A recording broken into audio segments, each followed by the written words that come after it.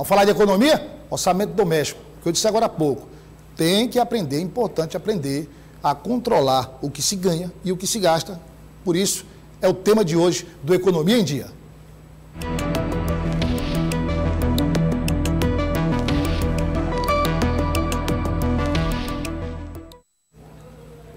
Olha aí, o professor César Fortes, eu que vou afastar aqui. Professor, obrigado pela participação. Já tem aí uma tela com a pergunta que é feita pela maioria dos brasileiros, professor. A maioria absoluta. Como equilibrar as contas? Esta é a grande pergunta. Seja bem-vindo.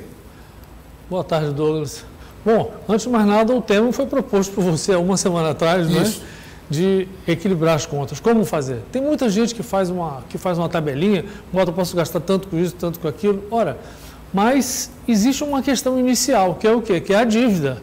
Vejam só, eu consultei a Serasa e vi que aqui no Piauí nós temos população adulta 2.400.000 pessoas. 800 mil estão com o nome no Serasa. É muita gente. Quer dizer, é muita gente. Ou seja, em cada 3 pessoas, uma está pendurada no Serasa. Então, a cada 3 piauienses, um está com o nome no Serasa. Em cada 3 piauienses adultos, um está com o nome no Serasa. Quer dizer, e daí vem uma série de complicações. Aí não dá para falar em ajeitar as contas sem antes você pagar exatamente a sua dívida, né?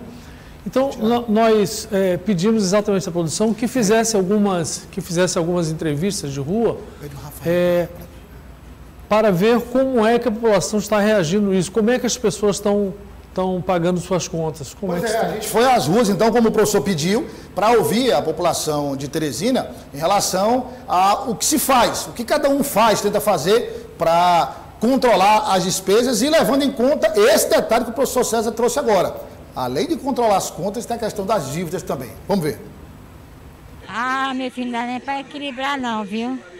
Levando um jeitinho mesmo brasileiro, economizando. Aí dá para pagar o direitinho e deixa sobrar um pouquinho para a barriga.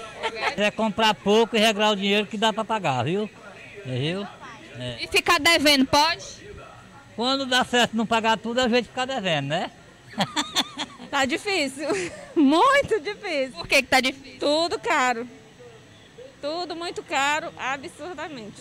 E quando chega no fim do mês, tem que ficar escolhendo o que paga, o que não paga?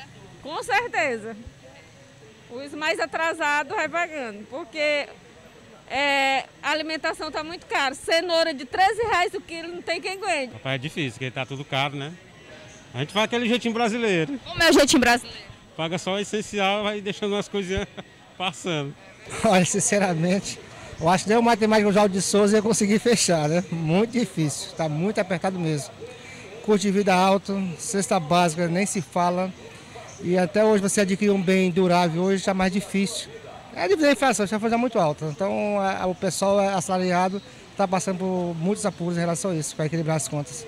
Mas tem um jeitinho brasileiro, mexe de um lado, mexe de outro, já acaba se ajustando sim, com dificuldade, mas ajusta. Bom, professor, aí se a gente, por exemplo, tivesse falando que as entrevistas foram feitas na década de 80, na década de 90, no início dos anos 2000, era a mesma opinião, né? Era a mesma opinião, verdade. E um dos entrevistados falou no jeitinho brasileiro. Bom, esse ponto é o problema, né? Esse ponto, pois é. Porque sem você mudar o jeitinho, você não resolve suas contas. E esse é um ponto principal, extremamente importante. Ou seja, se você está com um problema chamado dívida, né? E a dívida, segundo o Serasa, a dívida é no valor mais ou menos de um salário mínimo, entre R$1.000 e R$1.200. A dívida média é o valor da dívida média dos piauienses, desses adultos, né? Isso não é pouco também, não. Não é pouco, não. E ela é especialmente com os bancos, com as instituições financeiras, com água e luz, e você falou há pouco, deu uma dica de energia solar. Isso. E é uma boa maneira de você substituir a conta de luz, né? E a questão do varejo, quer dizer, é daí que o piauiense está devendo esse valor médio que eu falei, entre R$1.000 e R$1.200. Douglas, até há pouco tempo eu dirigia uma instituição financeira no Piauí e a coisa é terrível, porque muita gente que chega lá querendo resolver, querendo pegar dinheiro para capital de giro, para tocar seu negócio, não podia pegar empréstimo. Por quê? Porque ela estava com o nome do Serasa.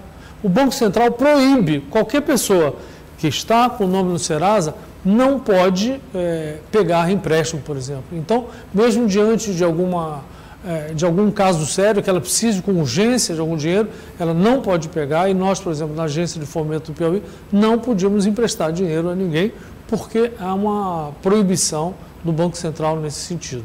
Mas então eu queria pegar aquele gancho, Douglas, do rapaz que falou aquele jeitinho brasileiro, e dizer o seguinte, acho que com a próxima lâmina, por favor. Vamos colocar a próxima tela aí, Rafael, por favor? Vejam só, lá no ano 40, depois de Cristo, nós tivemos um filósofo chamado Sêneca, que disse, próxima lâmina, por favor. A próxima. Que se você não sabe onde você quer chegar, qualquer vento é ruim. Qualquer porto, qualquer vento é ruim. Ou seja, se a gente não mudar o nosso estilo, a gente não vai conseguir pagar nossas dívidas e, portanto, resolver esse equilíbrio. Se você acha, espectador, que a solução vai cair do céu, cai não. Cai do céu é outra coisa, mas a solução para seus problemas tem que significar obrigatoriamente uma mudança da sua postura. A próxima tela, por favor. A sua postura é absolutamente fundamental. Então, você precisa de programar, como se diz aí a primeira, você precisa de programar... Só um momento aí, tem como voltar, Rafael, colocar as três? Voltar um pouquinho aí? Essa aí. Essa não, aí, você frisa a outra. Na hora que mudar, você dá uma frisada para... Aí a outra, vamos lá. Na outra, não, e... Aí. Porque, como resolver? Está com letras bem pequenininhas ali. Ficou pequeno, depois colocou, né? Seja, mas aqui o primeiro é planejar, programar e projetar. Ter foco. Ter um foco, ou seja...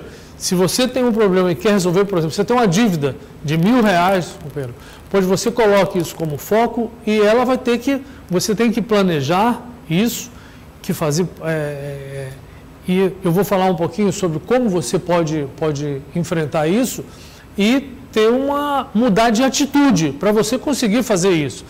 Eu sei que comprar é muito legal, não é? É muito excitante, é muito interessante comprar, mas muitas vezes você tem que abrir mão de algumas coisas para pagar as suas dívidas, porque sem você fazer isso, não adianta que você não vai para frente, tá certo?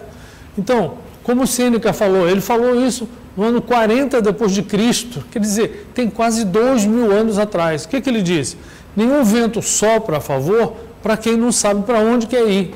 Então, se você não tem um rumo, você não vai chegar a lugar nenhum. Esse que é o problema, porque todo vento será desagradável para você. Aqui embaixo, professor, está pequeno, mas sem mudar hábitos, a situação não muda. Comprar é fascinante. Compras a crédito? Pois é. É a pergunta. Pois é. Muita gente diz, não, eu vou pagar isso no... Eu vou pagar isso de vídeo. Você viu, telespectador, como é que se a gente chegando nas lojas, nunca tem o preço à vista, porque ele é assustador muitas vezes. Ele só tem o valor da prestação.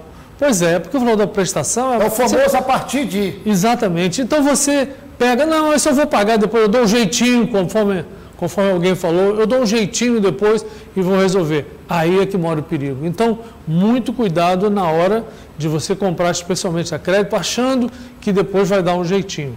A próxima lâmina, por favor. Vamos ver aí qual é a próxima, porque... Pode abrir a tela, Exatamente. Rafael. Então, como renegociar a sua dívida, né? Então, a primeira coisa que tem, acho que está meio... hoje bagunçou um pouquinho, mas vamos lá. Como renegociar a dívida, né? Pois é, inicialmente, procure o credor sem intermediários. Vá lá e exponha o seu problema. Se eu estou devendo isso, quanto é que você pode pagar? Tente negociar de todas as formas, mas de peito aberto. Ele está querendo encontrar uma solução e você tem que procurar encontrar isso. Você tem que procurar, poupe R$50, R$80 no mês para pagar essa tua prestação e, portanto, sair... Expor a situação real, né? Exatamente. Só deixa eu contar rapidamente aqui um caso meu, Tassi, Ed e Valbert. Eu fui abrir uma conta em um banco e eu tive no passado um cartão deste banco. E um amigo meu comprou um celular no cartão, eu não sei se 5 prestações ou 6 prestações, e pagou 3 ou 4, ficaram 2. Aí eu pensei que tinha encerrado a conta e deixei. Quando eu voltei, disse, não, você já tem uma conta aqui, tem uma dívida enorme. Isso está com 8 anos atrás. 9 anos. A dívida era R$14 mil. 14 mil? Eu não tive 14 mil na minha conta aqui. Aí ele foi dizer que foram 2 ou 3 prestações do celular, que a conta ficou aberta e que nos 2 anos ela foi. O que é que eu fiz? Eu falei com 6 pessoas até chegar na última instância, digamos assim, que podia dar o desconto maior. Isso aqui eu estou falando, assim, a verdade absoluta, de 14 mil reais. Para quitar a dívida eu paguei 680 reais.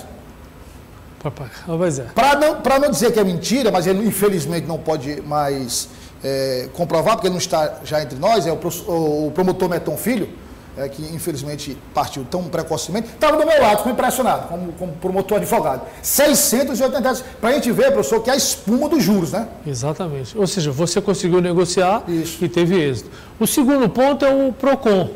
Vejam só, se você foi lá negociar e o gerente te deu algumas opções e você está em dúvida, tem dificuldade de ver qual seria a melhor saída, procure o PROCON. Todo o PROCON tem essa função de tentar ajudar ao consumidor como resolver. Não faça nunca entrar em cartão de crédito para você pagar uma outra dívida, porque é aí mesmo que você vai entrar no buraco. Aí você vai pegar uns juros acima de 300% ao ano. É espetacular. Os juros do Brasil são um dos 5 mais altos do mundo. Entre os 200 países do mundo, o Brasil é um dos 5 piores em termos de juros. Portanto, pense muito antes de usar os juros.